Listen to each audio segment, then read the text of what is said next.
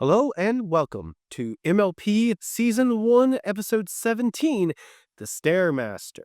Now, this one is a really interesting one from my perspective because it is the episode where I first started to gain some respect for Fluttershy.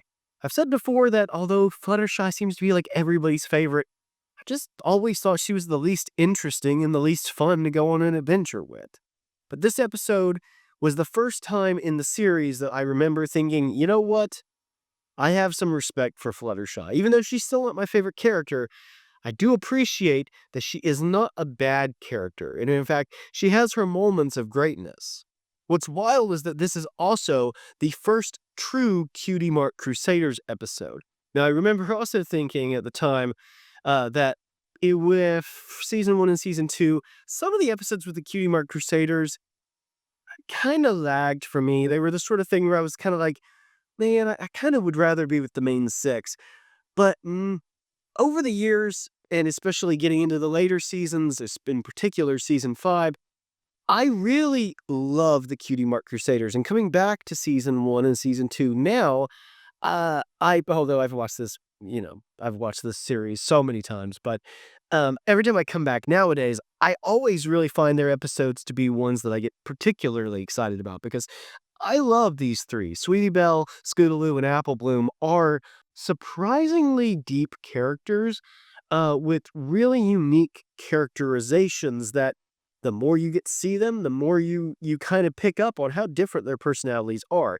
In Season 1, it was kind of a problem to me that they did seem a little interchangeable in Season 1. But as the show continued on, that got a lot better. And like I said, they're some of my favorite characters now. In particular, Scootaloo. She's my favorite.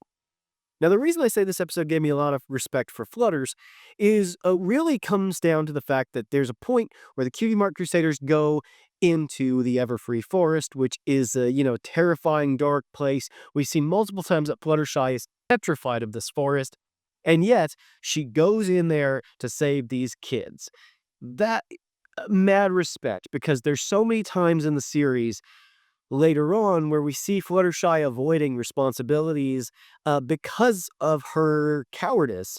And I always respected, though, that when the lives of children were on the line, Fluttershy goes out there and she's willing to put her own life at stake. And she actually does do that for real in this episode.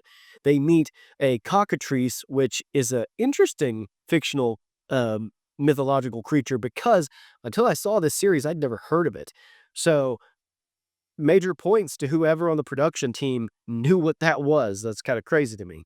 It has a power that's sort of like a basilisk, except instead of just outright killing you, its stare turns you to stone. Now, this is a great little one-to-one kind of foil to Fluttershy, because we learn in this episode that she has a special power called the stare. And the stare is basically this look of like intense anger or intimidation that she can give to animals, and animals typically will react to that and obey whatever she wants them to do, which is something that morally she actually feels she can't use very often, because if she got to where she abused it, she could easily take it too far.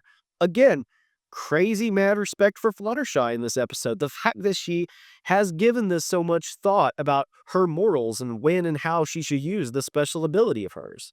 Now, I say it's the first real Cutie Mark Crusaders episode because we've not really seen them going out looking for their cutie marks yet, which becomes their kind of their forte throughout the series. That's more than half of the series. That is their main characterization, is looking for their cutie marks and trying to earn them. I just find it very interesting that the very first episode we get after they form a group, they're going out to look for their cutie marks, but it's kind of seen as like a little kid sort of thing where the adults are kind of, it's a nuisance to them. Fluttershy, again, saves the day by staring down the cockatrice, and even as it's turning her to stone, even as she knows this could be the end for her and the kids, she continues to give the cockatrice the stare. And it's so intimidated by it that it actually breaks off its stare. It can't keep staring back at Fluttershy. I always comment on the comedy in these episodes, and this one has some good moments where Sweetie Belle busts in the song and sings the lullaby at 80 times the volume she should be. And there's some other little fun moments. In particular, I like Twilight just kind of wandering into this episode randomly, even though it's not about her at all. So that's about all my comments on this one. It's not one of my favorite episodes, but again, it is something that in regards to Fluttershy's character, I always really appreciated that this shows her off as a much more three-dimensional character than she's been showed up to this point in season 1. I'm going to be posting these retrospectives every week from now on. We've been in season 1 for like over a year because my schedule's been crazy. So I'm going to start uploading twice a week now, once doing these videos and once doing my regular videos on Thursdays. These videos will come out on Tuesdays.